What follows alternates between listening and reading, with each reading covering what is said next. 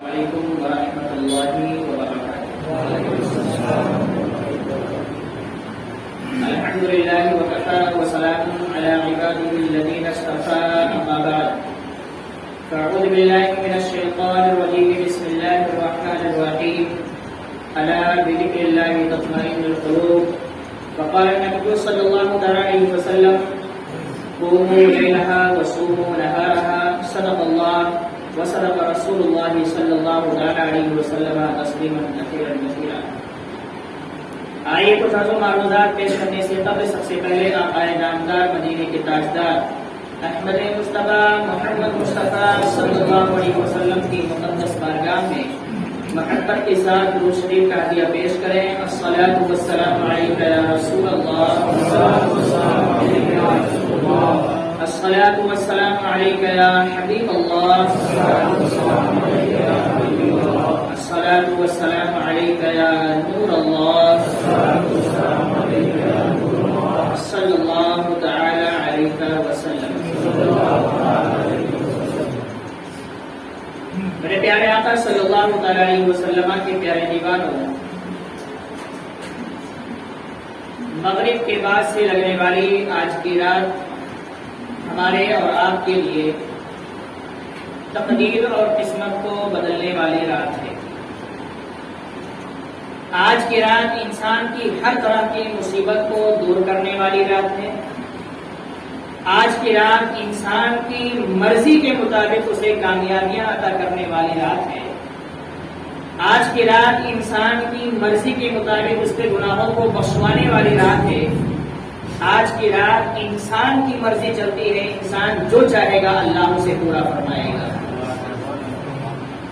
ایسی راتیں اور ایسے اوقات کسی کو عطا نہیں کیے جاتے، لیکن اللہ کی رحمت اتنی وسیع ہے کہ ہم لاکھوں گناہ، اربوں خربوں کی تعداد میں کتنے گناہ کیے بلوغت کے وقت سے لے کر اب تک نہیں پتا، اس کے باوجود مغرب سے لے کر صبح فجر تک اللہ کی رحمت آسمان اول پر آ کر یہ ندائیں دیتی ہے کہ ہے کوئی گنہگار جو اپنے گناہوں کو بخشوانا چاہتا ہے کوئی خطاگار جو اپنے خطاؤں کو اللہ کی بارگاہ میں پیش کرنا چاہتا ہے کوئی بے روزگار جو روزی چاہتا ہے. آج میری رحمت وسیع ہے، اگر روزی مانگے گا تو روزی عطا کی جائے گی، گناہوں کی بخشش چاہے گا تو گناہ بخشے جائیں گے.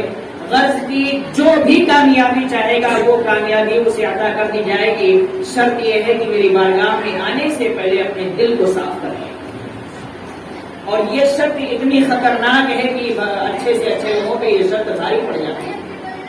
ہم چاہتے تو ہیں کہ روزی میں برکت ہو، ہم چاہتے تو ہیں جنت حاصل ہو جائے، ہم چاہتے تو ہیں بڑے بزنس مین بن جائیں، ہم چاہتے تو ہیں کہ شہرت مل جائے، چاہتے ہیں عزت مل جائے، سب کچھ چاہتے ہیں.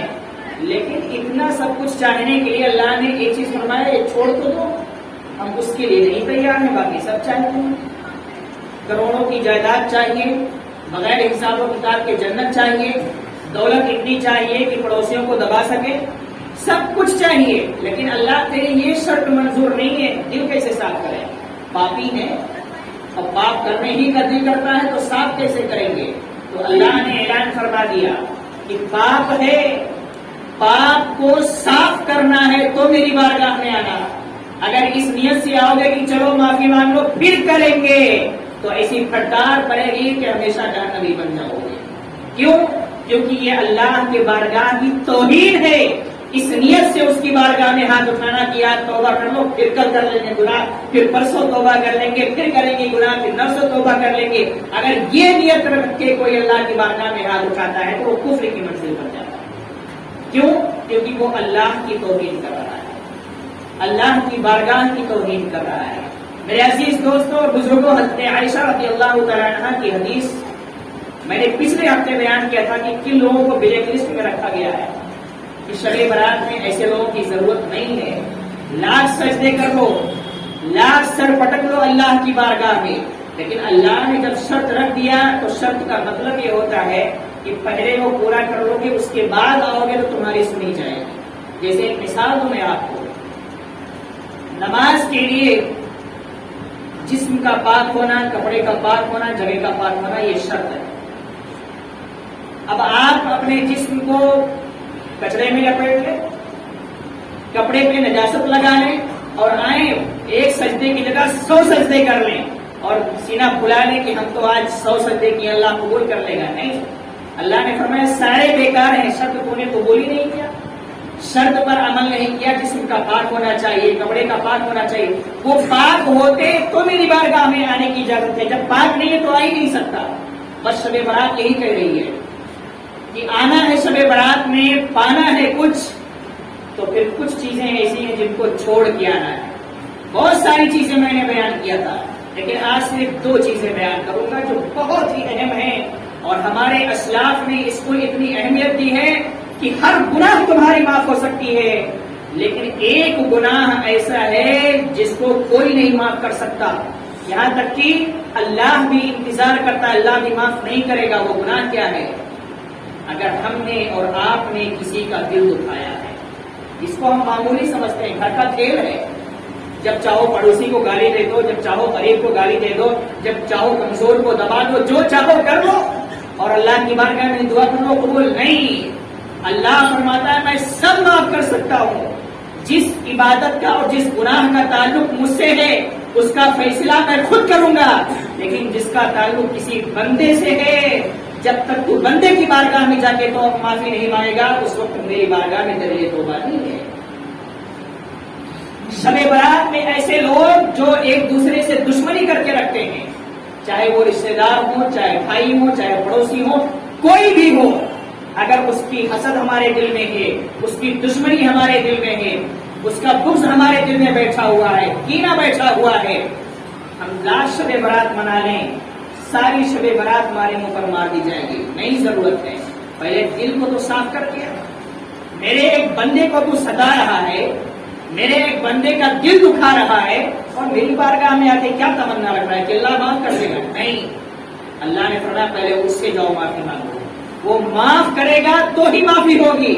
اور یہ بھی فرمایا گیا خدا نہ خواستہ اگر کسی حال میں کسی کا انتقال ہو گیا، کسی انسان سے دشمنی کی حالت میں انتقال ہو گیا، تو مر کے جائیں گے ہم، قیامت میں بھی ہماری کوشش نہیں ہوگی. وہاں بھی یہی کہا جائے گا جس سے تو دشمنی کر کے آئے پہلے اس کو راضی کر کے آ، پھر تیرے لیے معافی ہے. ہم بڑے بڑے سپنے دیکھتے ہیں، اللہ جانے کون سی چیزوں پر ہمیں گھمنڈ ہے، کون سی چیزوں پر ہمیں تکبر ہے کہ ہمیں کسی چیز کی ضرورت نہیں ہے. ہفتے کی جمعہ پڑھ لیے 2 رکعت، شب برات میں رات جاگ لیے. جاگ کیا لیے؟ نام کے لیے جاگ لیے. آج جو لوگ جانتے ہیں وہ مبارکباد کے لائق ہیں، لیکن میں نے اس سے پہلے بھی کہا تھا یہ رات جاگنے کے لیے نہیں ہے. آج ہماری زبانوں پر جملہ جاری ہے جاگنے کی رات آ گئی. یہ بھی نہیں کہتے کہ شب برات ہے، فضیلت کی رات ہے، یہ بھی زبان سے نہیں نکلتا، جاگنے کی رات ہے. تو جو لوگ کہتے ہیں جاگنے کی رات ہے وہ بے حد اچھے طریقے سے بیچارے جاگتے ہیں، پارٹیاں کر کے جاگتے ہیں، بائک چلا کے جاگتے ہیں، الگ الگ انداز ہوتا ہے جاگنے کا. لیکن جس کی نیت یہ ہے کہ یہ رات عبادت کی رات ہے، وہ جاگتا نہیں ہے، وہ عبادت کر کے رات کو گزارتا ہے، اور وہی انسان اس رات میں کامیاب ہے، وہی انسان کامیاب ہے. ہم نے جتنی مقدس راتیں ہیں سب کا نام رکھ دیا، جاگنے کی رات آ رہی ہے. کاش ہم نے یہ سوچا ہوگا اور یہ سوچا ہوتا کہ جاگنے کی رات نہیں ہے، یہ عبادت کی رات ہے. جو بندہ اس رات میں عبادت کرے گا وہ کامیاب ہوگا. اور میں نے شروع میں ایک حدیث پڑھی تھی آیت کے ساتھ، سومو قوموا لیلہا وصوموا نہارہا.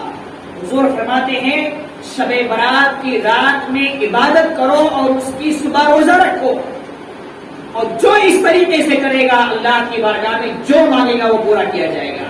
لیکن اس کے علاوہ دوسری حدیث میں آپ نے بلیک لسٹ میں جو لوگ ہیں ان کو شامل کر دیا. سب سے خطرناک اسے مانا گیا جو ایک دوسرے کا دل دکھا کے بیٹھا ہوا ہے اور گھمنڈ سے چور ہے، مجھے جھکنے کی ضرورت نہیں ہے. وہ کون ہے؟ اس کی اوقات کیا ہے کہ میں اس سے جا کے معافی مانگوں؟ اس کو معافی مانگنا ہوگا تو آئے گا میرے پاس معافی مانگے گا. میں کروڑ پتی ہوں، میں ارب پتی ہوں، میں کھرب پتی ہوں، میں یہ پتی ہوں، وہ پتی ہوں، اور میں جا کے معافی مانگوں، میری شان گھٹ جائے گی، میری عزت گھٹ جائے گی. یاد رکھو، یاد رکھو، چھپتا وہی ہے جو بلند ہوا کرتا ہے. اکڑنا تو مردوں کی پہچان ہوا کرتی ہے.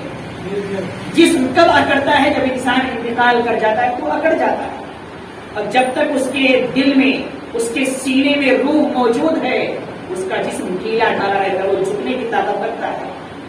مردے کو مرنے کے بعد 1 گھنٹے کے بعد آپ جھکانا چاہو خود جھک جاؤ گے، وہ نہیں جھکے گا. تو جو لوگ زندہ رہ کر اکڑتے ہیں وہ سمجھ لیں کہ وہ زندہ رہ کر مردہ بن چکے ہیں. مردہ اس حیثیت سے کہ ان کا دل مردہ ہو چکا ہے، اور جن کا دل زندہ رہتا ہے وہ جھکنا بھی جانتے ہیں اور اللہ کی بارگاہ میں جھک کر اس اپنے گناہوں کو معاف کرانا بھی جانتے ہیں. شب برات کا استقبال کرنا ہے، آنا ہے، شب برات کی فضیلتوں کو حاصل کرنا ہے تو آئیے. اللہ کی رحمت بلا رہی ہے، پکار کر بلا رہی ہے. دنیا کا کوئی انسان ایسا نہیں ہے جو ہمیں اتنی محبت سے پکارے، اتنی مہلت دے، کوئی نہیں ہے. لیکن اللہ جس کو ہماری کوئی ضرورت نہیں ہے، ہمیں اس کی ضرورت ہے، اس کے باوجود وہ ہمیں پکار رہا ہے کہ میرے بندے کیا چاہیے، آ تو صحیح، مان تو صحیح، صحیح انداز تو اختیار کر میری بارگاہ میں، کیا چاہیے تجھے، سب ملے گا. لیکن ہم کرتے کیا ہیں؟ ہم سب مانگنا چاہتے ہیں لیکن گناہوں کو چھوڑنا نہیں چاہتے. جو لوگ بھی خدا نخواستہ اپنے بھائیوں سے دشمنی کر کے بیٹھے ہیں، اپنے رشتے داروں سے جھگڑا کر کے بیٹھے ہیں، اپنے دوستوں احباب پڑوسیوں سے جھگڑا کر کے بیٹھے ہیں، انہیں چاہیے کہ مغرب سے پہلے سچے دل سے معافی مانگ لیں اور دوسروں کو معاف بھی کر دیں. اور دوسری بات یہ جھگڑے ہو گئے. بہت سارے لوگ ایسے جو بلا وجہ اپنے سے کمزوروں کو ستاتے رہتے ہیں، بلا وجہ. اس غریب کی، اس کمزور کی کوئی غلطی نہیں ہوتی، لیکن یہ اپنی طاقت، اپنی دولت کا گھمنڈ، اپنا زور دکھانا چاہتا ہے اور ہمیشہ غریبوں کو ستانے کی کوشش کرتا ہے. اور ایک جملہ میرا یاد رکھیں، آپ سب کچھ معاف کروا سکتے ہیں، لیکن ہم نے جس کا دل دکھایا ہے، اگر اس کی آہ خدا نخواستہ اللہ نہ کرے ایسا کسی کے ساتھ ہو، لیکن مظلوم کی آہ اگر خدا کی بارگاہ میں مقبول ہو گئی تو ظالم کبھی بھی کامیاب نہیں ہو سکتا، نہ دنیا میں کامیاب ہوگا نہ آخرت میں کامیاب ہوگا. اور اس کا اندازہ لگانا ہے تو آپ اپنے میں دیکھو، جو لوگ ایک دوسروں پر ظلم کرتے ہیں انہیں دیکھو وہ خوش ہیں یا ناخوش ہیں، وہ تکلیف میں ہیں یا مصیبت میں ہیں یا کس حالت میں ہیں. ان کی زندگی کا جائزہ لو، آپ کو پتا چلے گا. خون کے آنسو رو رہے ہیں لیکن مصیبتیں دور نہیں ہو رہی. بہت سارے لوگ ایسے ہیں خون کے آنسو رو رہے ہیں، لیکن میں کہتا ہوں خون کے آنسو رونے سے پہلے تم تھوڑی دیر تنہائی میں بیٹھو اور صرف اس پر غور کر لو کہ تم نے اپنی زندگی میں اب تک کتنے لوگوں کا دل دکھایا ہے. جاؤ، خدا کا واسطہ دیتا ہوں، ان سب سے معافی مانگ کے ان کو راضی کر لو. اللہ کی قسم تمہاری ہر مصیبت دور ہو جائے. ہم معمولی سمجھتے ہیں بندوں کو تکلیف پہنچانا، ہم معمولی سمجھتے ہیں کسی انسان کو گالی دے دینا، کسی انسان کی غیبت کرنا، کسی انسان کو بلا وجہ ستانا کہ معمولی کام ہے. یہ اتنا بڑا، اتنا بھیانک عذاب ہے کہ اچھوں کو جہنم میں ڈھکیلنے والا عذاب ہے. اس لیے شب برات میں چاہتے ہیں کہ ہم جو مانگے وہ ہمیں ملے، تو اس سے پہلے شرط یہ ہے کہ ان چیزوں کو چھوڑ. اور دوسرے وہ لوگ جن کی تعداد بہت زیادہ ہے. یہ چیز جو میں نے بیان کیا دشمنی والا، اس میں تو میں سمجھتا ہوں کہ 95% لوگ مبتلا ہوتے ہیں، معافی مانگ لیا جائے. اور دوسرے وہ لوگ جو سب سے زیادہ اس گناہ میں مبتلا ہوتے ہیں، اللہ کے رسول فرماتے ہیں حرام مال کمانے والا شب برات اور اس کے علاوہ ساری مقدس راتوں میں محروم رہ جاتا ہے. یعنی پوری زندگی میں اس کے لیے کوئی وقت نہیں آتا جس میں اس کی دعا پورا ہو جائے. حرام مال کمانے والا. اب حرام مال بہت طریقے کا ہوتا ہے. جھوٹ بول کر کمایا تو بھی حرام ہے، حرام بزنس میں پیسہ لگا دیا گیا کما رہا ہے تو بھی حرام ہے، سود کا کاروبار کر رہا ہے تو بھی حرام ہے. اس طریقے کے جتنے بھی گانجے بانجے ساجے والا مسئلہ ہے اس کے ذریعے کما رہا ہے تو بھی حرام ہے. آج بہت چل رہا ہے نا، چھپ چھپ کے گانجے بیچنے کا سسٹم چل رہا ہے، نشہ کی چیزیں بیچنے کا معاملہ چل رہا ہے. اور بیچنے والے کون ہیں؟ حضور سے محبت کرنے والے. ماشاء اللہ رب العالمین.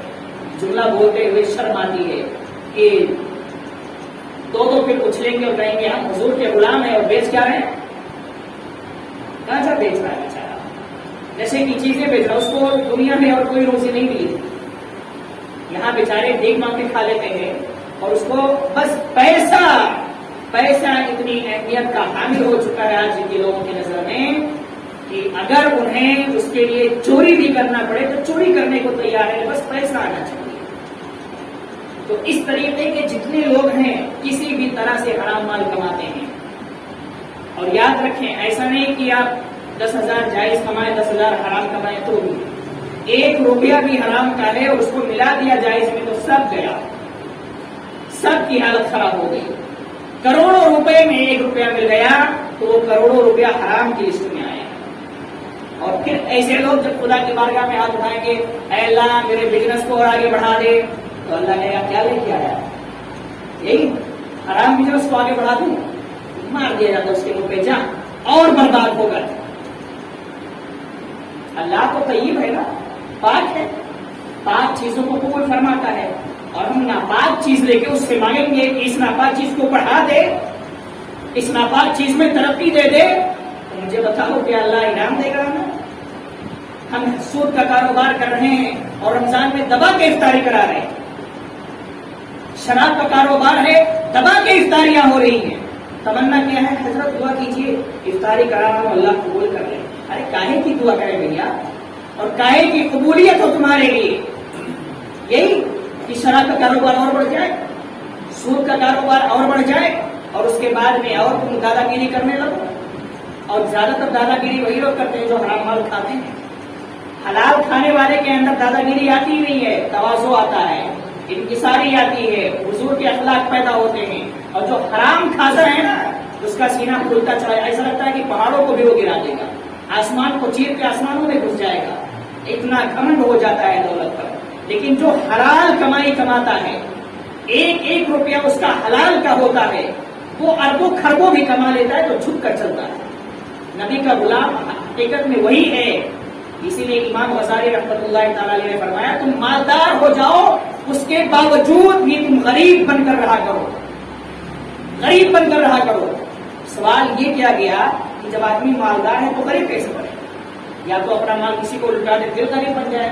تو آپ نے فرمایا نہیں، اس کا مطلب یہ نہیں ہے، مال کمانا بھی جائز ہے، مالدار بننا بھی اچھا ہے، لیکن اس کا طریقہ یہ ہے کہ مالدار بن جاؤ اس کے باوجود بھی کسی غریب کو حقارت کی نظر سے نہ دیکھنا، اس کو عزت کی نظر سے دیکھنا، یہ مت سوچنا کہ یہ غریب ہے یہ میرے برابر نہیں، یہ سوچنا کہ ہو سکتا ہے گناہوں میں میں اس سے آگے ہو چکا ہوں، نیکیوں میں یہ ہم سے آگے ہو چکا ہو، اس لیے کسی غریب سے بھی ملنا تو محبت کے ساتھ ملنا، حقارت کی نظر سے مت دیکھنا۔ اور آج حالات کیسے پیدا ہو گئے، بڑے افسوس کے ساتھ کہنا پڑتا ہے میرے دوستو، یہ ہمارے آپس کے معاملات تو کئی ہیں، ہم نے ایسے گولیاں اٹھائے، ایسے گالیوں کی بوچھار کی ہے کہ اللہ اسے کبھی بھی معاف نہیں فرمائے گا۔ ہم وہ جملے بولتے ہیں تو بہت سارے لوگ ہمارے جملوں سے ناراض ہو جاتے ہیں کہ امام صاحب بار بار وہی چیزیں بولتے ہیں، لیکن ہم بھی مجبور ہو جاتے ہیں کہ ہمارے بڑے علماء ہمیں یہ کہتے ہیں، ٹاپک دیتے ہیں کہ اس پہ بیان کرو،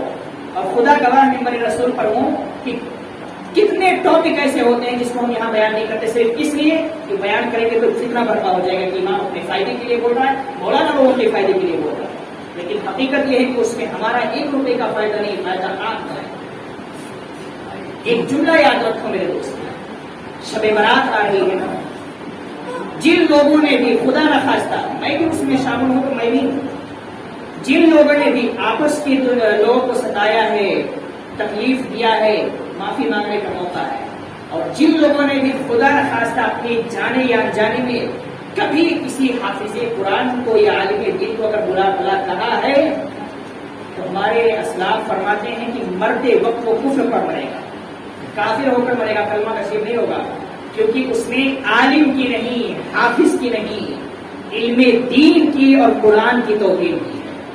اور یاد رکھو تاریخیں اس بات کی گواہ ہیں، معمولی سمجھتے ہیں نا، قرآن کی جن لوگوں نے بھی توہین کیا، آپ بہت سارے لوگ ہیں جن کی عمریں ہم سے زیادہ ہیں، کوئی خنزیر بنا تو کوئی کچھ بنا، بہرحال جس نے قرآن کی توہین کیا اس کو دنیا میں بھی کچھ نہ کچھ سزائیں مل گئی۔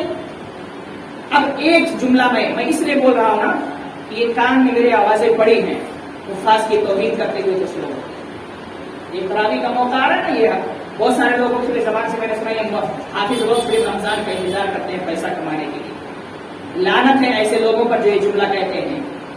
وہ خون و پسینہ بہا کے جو حافظ بنتا ہے اس کا مقام ہمیں اور آپ کو قیامت میں پتہ چلے گا، جب اللہ فرمائے گا کہ میرے بندے حافظ قرآن پڑھتا جا اور ہر آیت پر ایک ایک سیڑھی چڑھتا جا، اور تیری منزل وہی ہوگی جہاں قرآن کی آخری آیت ہوگی۔ جب اس کا مقام ہم دیکھیں گے تو ہمیں پتہ چلے گا، جس کو ہم کہتے تھے نا زکات کا مال کھا کے پڑھ کے آیا، اس کے کیا اوقات ہے، قیامت میں پتہ چلے گا۔ اسی حافظ کے بارے میں کہا گیا ہے کہ جب یہ بندے خدا اس کی شفاعت کا حقدار اس کو بنایا جائے گا تو اپنے پورے خاندان، حدیث بیان کر رہا ہوں، اپنے پورے خاندان کی بخشش ایک حافظ کرائے گا۔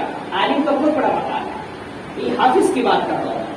اور 10 ایسے لوگ جو اپنے گناہوں کی بنیاد پر جہنم میں جا چکے، فیصلہ ہو چکا، جہنم میں ڈال دیے جا چکے ہیں، ان کے بارے میں اللہ کا اعلان ہوگا کہ ایک حافظ کو میں یہ حق دیتا ہوں کہ وہ 10 جہنمیوں کو جہنم سے نکال کے جنت میں داخل کرے۔ یہ ایک حافظ کا مقام ہے۔ اور پھر اس کے بعد میں یہی بات نہیں رکتی ہے میرے دوست، یہ اپنے پورے خاندان کی بخشش کرائے گا، 10 جہنمیوں کی بخشش کرائے گا۔ اور حضور نے فرمایا کہ اگر کسی نے کسی نائب رسول کو، حافظ قرآن کو، عالم دین کو ایک گلاس پانی پلایا ہے، ایک گلاس اپنی پوری زندگی میں، اور قیامت کے دن وہ اس عالم دین کا دامن پکڑ لے کہ حضرت ہم نے آپ کو پانی پلایا تھا، آپ ہماری بھی شفاعت کرا دیں، تو اس عالم کو یہ اختیار دیا جائے گا کہ وہ اسے بھی اپنے ساتھ جنت میں لے کے جائے۔ یہ اس کی فضیلت ہے۔ اور ایک فضیلت اور سن لیجیے، اللہ کے رسول صلی اللہ علیہ وسلم فرماتے ہیں جب یہ حافظ قرآن کسی قبرستان سے گزرتا ہے تو اس کے گزرنے کی وجہ سے صرف اللہ پورے قبرستان والوں کی بخشش فرما دیتا ہے۔ یہ فضیلت ہے ایک حافظ کی، اور اس کی اہمیت وہی سمجھ سکتا ہے جن کے خاندان میں کوئی حافظ ہو۔ اور یہاں پورے خاندان کیا پوری نسل دیکھ لیتے ہیں کوئی حافظ بنا ہی نہیں، تو اس کی اہمیت کو سمجھے کیا؟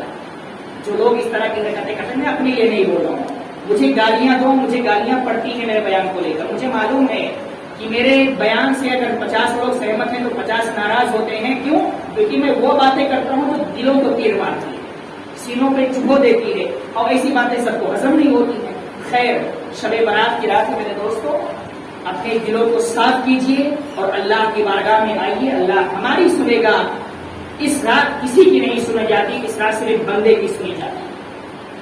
جو بندہ مانگتا ہے اللہ اسے عطا فرماتا ہے۔ شرط یہ ہے کہ اللہ کے فرمان کے مطابق ہم اس کی بارگاہ میں حاضر ہوں۔ انشاءاللہ باقی شب برات کی فضیلت پر ہم عشاء کی نماز کے بعد کچھ باتیں جو اہم ہیں وہ بیان کریں گے عبادت کے تعلق سے۔ ابھی دو اعلان سماعت کر لیں، وقت ہو چکا ہے۔ ایک اعلان یہ ہے کہ سید سالار غازی کانفرنس بجشن دستار حفاظ ہر سال کی طرح اس سال بھی دارالعلوم عالیہ معینیہ میں 20 مارچ اسی اتوار کو بعد نماز مغرب فوراً لٹل فلاور اسکول کی مفتی اعظم مسجد امرت نگر گھاٹ کوکر میں منایا جا رہا ہے، جس میں بہت سارے علماء کرام تشریف لا رہے ہیں۔ آپ حضرات ضرور اس میں شرکت فرمائیں۔ دوسرا اعلان یہ ہے کہ سنی رضا مسجد گھاٹ کوکر ویسٹ ممبئی کا تعمیری کام جاری ہے، وہاں پہ کچھ ذمہ داران تشریف لائے ہوئے ہیں۔ تقریباً 5 لاکھ روپے کے خرچ کی ابھی بھی اس میں ضرورت ہے۔ آپ حضرات سے گزارش کی جاتی ہے کہ ضرور اس مسجد میں حصہ لیں اور زیادہ سے زیادہ ثواب دائر حاصل کریں۔ اور آخر میں چلتے چلتے یہ اعلان سماعت کر لیں کہ خدا کے واسطے آج کی رات کو جو لوگ بھی اس رات میں بلا وجہ کی حرکتیں کرتے ہیں، اللہ کے واسطے اللہ کا واسطہ دیتے ہیں، رات کو عبادت میں گزاریے، نہیں گزار سکتے تو بستر پہ جا کے سو جائیے، کم از کم گناہ میں تو نہیں شامل ہو۔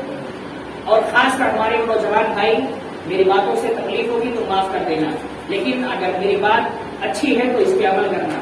رات میں جو بائک لے کر 2-3 دن پہلے سے اس کی سروس کرا کے تیار کر لیتے ہیں کہ شب برات کی رات میں ہمیں ریس لگانا ہے، مقابلہ کرنا ہے، خدا کے واسطے تم کرو گے، خدا نہ خواستہ ایکسیڈنٹ ہو گیا، تمہارے ماں باپ پریشان ہوں گے، تمہارے گھر والے پریشان ہوں گے، اس لیے ایسی حرکتیں نہ کرو۔